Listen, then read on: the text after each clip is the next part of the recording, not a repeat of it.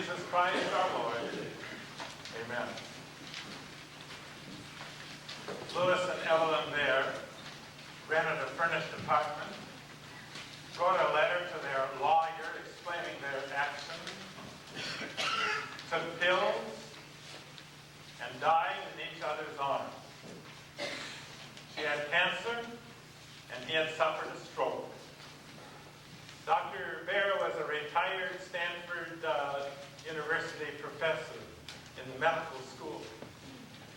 In 1978, Dr. Baer had written a book called Let the Patient Decide, a doctor's advice to older persons.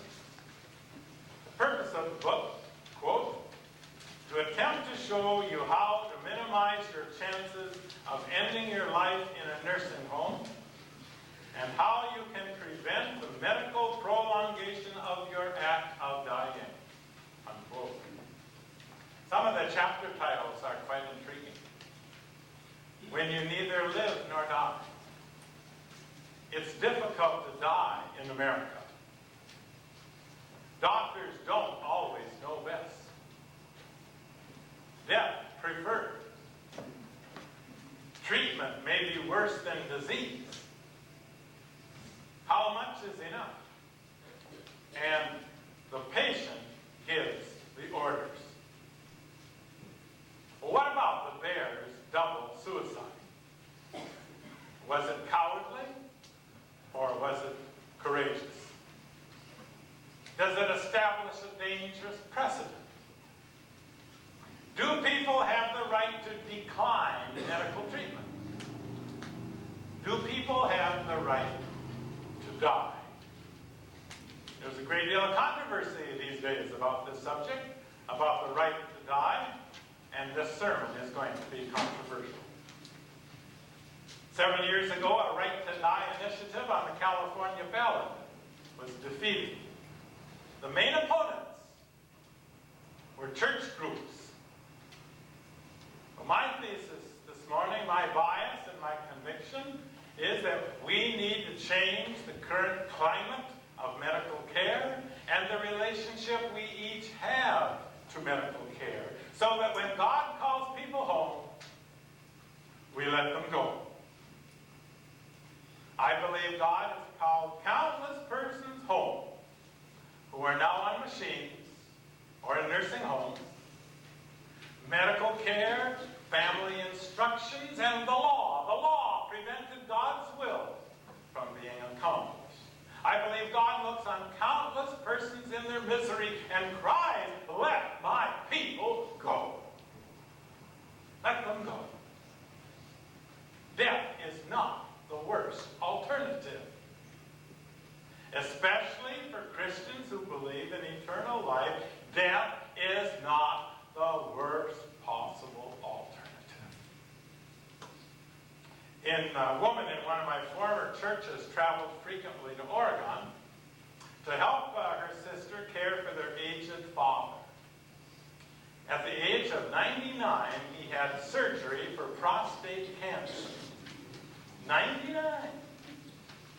In the weeks following the surgery, complications developed, and he had another surgery. Well, while his daughter was anxiously telling us about her father, Ellie, my wife Ellie, innocently asked, what would have happened if you had refused to allow the surgery? And like a light bulb turning on, the realization struck her. She said, why? He would have died. And she began to realize that surgery at the age of 99 was not necessarily preferable to death. Her father essentially was a vegetable following those surgeries. A vegetable. And he lived past the age of 104. Let my people go. I also believe people have the right to die. Opponents say we are playing God if we choose to end our lives when faced with a terminal, painful illness. But when do we cross the line from providing medical care playing God. B.D. Colin, in his book Hard Choices, Mixed Blessings in Modern Medical Technology, asks, who after all is playing God? The physician who turns off a respirator and allows the natural process of dying to conclude? Or the physician who turns on the respirator and interferes in that natural process? Who is playing God? A former parishioner told me her father was resuscitated 15 times following heart attacks. 15 times! And he kept pleading, let me go. Let me go. And finally, the family convinced the physician to use no extraordinary means to prolong his life. When my father's cancer proceeded to the point of no return, and his pain increased, and the children and the grandchildren all made their trek to Arizona to say goodbye, then he announced, now I will stop eating. My sister urged him to drink water. She says, you don't want to dehydrate. He stopped eating. He died peacefully in a few days. We have the right to choose to die.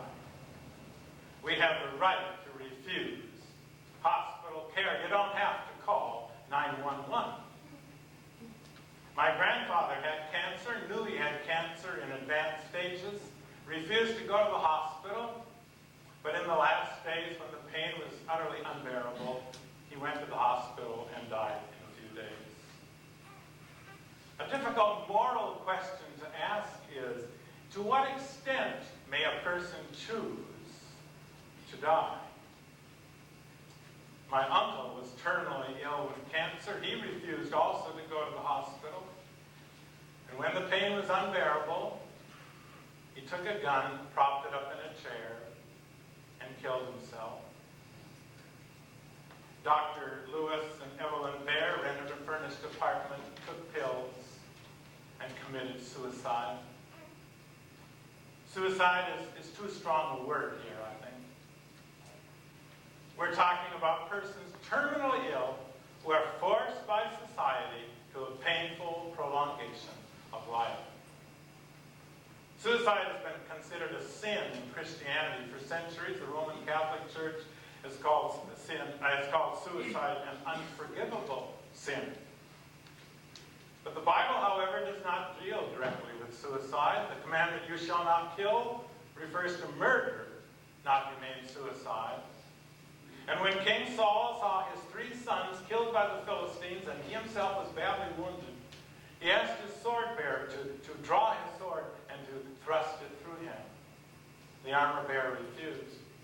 So King Saul took his own sword, stood it on him, and he fell upon it. The armor bearer then also committed suicide. Does not a person have the right to choose death? When the options are worse than death, does not a person have the right not only to choose death, but to be assisted through a merciful form of euthanasia? Derek Humphrey and Ann Wickett, in their book, The Right to Die, Understanding Euthanasia, point out, in more primitive societies, death was treated more realistically than it is today. It was treated as a natural part of life. Aiding death was often done out of respect for an ill person. Let me say that one again. Aiding death was often done out of respect for an ill person.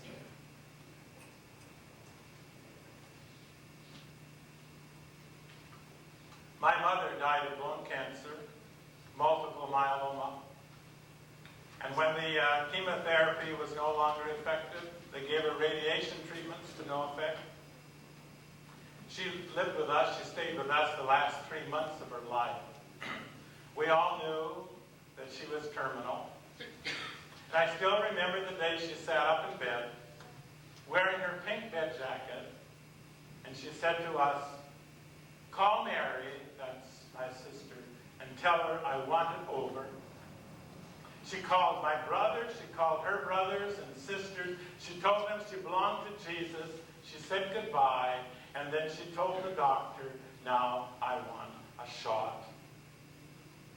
And we had to tell her the doctor could no longer give her a lethal injection of morphine because society now prevents the compassionate family doctor from ending a life mercifully.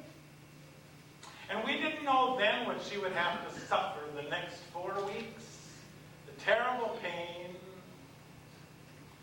incoherence from increased dosages of morphine, and an ugly open wound on her hip, and the horrible stench that even gardenias could not disguise. Why didn't she have the right to die with dignity? Why didn't she have the right to choose how to die? Why couldn't her family have gathered around her, celebrated her life, said thank you, said goodbye, given her a lethal injection of morphine, and held her hand while she died? Why won't society allow that? We shoot horses and we put dogs to sleep. John R. Brooke, a United Church of Christ pastor, has produced a compelling video of Lillian Stevens telling why she planned to commit suicide.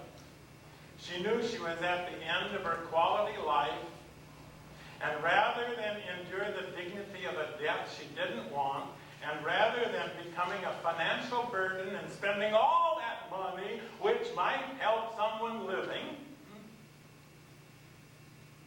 she decided to commit suicide. And she had this video made, and she called the video, "Pro-Choice from Womb to Tomb." Lillian Stevens eventually took her own life. Her doctor could not help her, so she took pills and vodka. She died all alone because she didn't want her doctor or her family or her friends or her pastor to be liable. Why couldn't she be surrounded by those who loved her? Didn't she have the right to die with dignity? Those who advocate no choice may believe in the sacredness of life, but they certainly don't believe in the sacredness of freedom and in the responsible use of freedom of choice in the living and ending of one's life. Right-to-life groups seem also to share a belief that death is always the worst possible option. They seem to have a great fear of death. Even Jesus considered his death the lesser of evils.